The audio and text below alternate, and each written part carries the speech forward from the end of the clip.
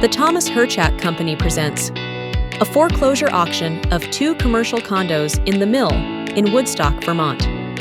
A unique investment opportunity awaits with the auction of 2 commercial condominium units totaling 2,167 square feet, located at 217 Maxham Meadow Way, Woodstock, Vermont.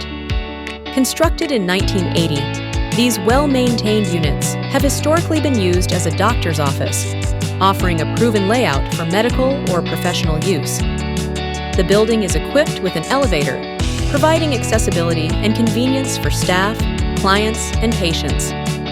The existing configuration supports a variety of uses, from healthcare practices to professional offices or other commercial enterprises.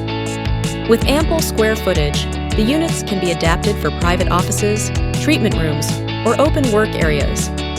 Situated in the heart of Woodstock, the property benefits from easy access and proximity to local amenities, shopping, and community services.